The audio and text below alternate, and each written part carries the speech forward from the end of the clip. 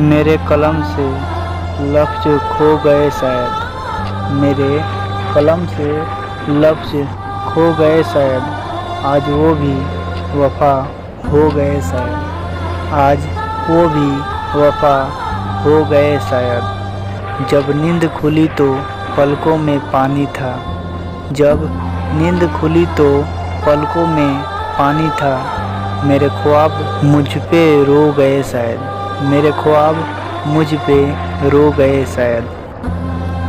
भुला देंगे तुम्हें भी ज़रा सब्र तो कीजिए, भुला देंगे तुम्हें भी ज़रा सब्र तो कीजिए, तुम्हारी तरह बेवफा होने में थोड़ा वक्त तो लगेगा, तुम्हारी तरह बेवफा होने में थोड़ा वक्त तो लगेगा।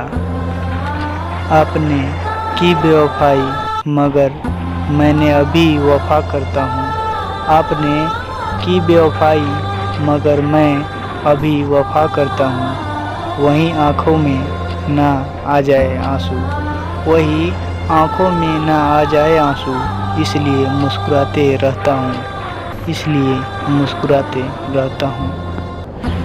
तुम समझ लेना बेवफा मुझको, तुम समझ लेना बेवफा मुझको, मैं तुम्हें मगरूर मान लूँगा, मैं तुम्हें मगरूर मान लूँगा।